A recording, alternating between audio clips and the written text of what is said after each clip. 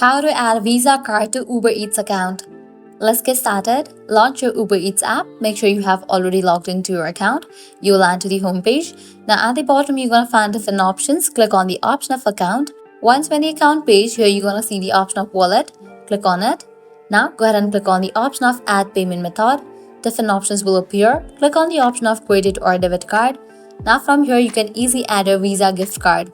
All you have to do is grab your Visa gift card and type in all the details over here. First up, type in the card number, then type in the expiry date, type in the CVV, then click on this drop down and select the country.